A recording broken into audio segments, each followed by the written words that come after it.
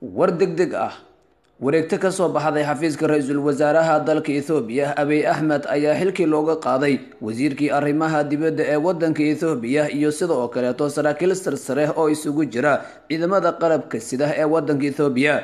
Abiy Ahmed ayaa wareegtada uu soo saaray ku-xigeenkiisii Dimogan Mekonona u magacaabay wasiirka arrimaha dibadda ee wadanka Itoobiya.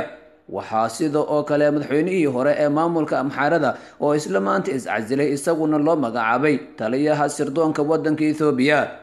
Ra-iisul wasaaraha dalka Itoobiya Abiy Ahmed ayaa sidoo kale taliyaha guud ee ciidamada militariga wadanka Itoobiya u magacaabay Birhanu nin la yiraahdo oo isaguna ka tirsan saraakiisha sarsare ee dalka Itoobiya. waxaana isla ku-xigeenkiisa loo magacaabay General Babo oo isna markaasi noqonaya taliye xigeenka ciidamada militariga ee wadanka Itoobiya.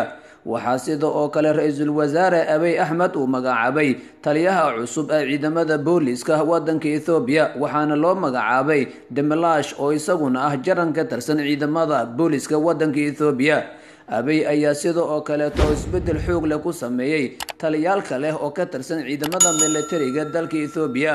magacaabista taliyaashan cusub iyo isbedelada lagu sameeyay ciidamada kala duwan ee Itoobiya ayaa imaanaysa xilli ciidamada dalka Itoobiya ay dagaal xoog leh kula jiraan xoogag taabacsan ismaamulka Tigreega oo maalmihii ugu dambeeyay si weyn ay ugu dagaalamayeen iyaga iyo ciidamada qalabka sida ee wadanka Itoobiya.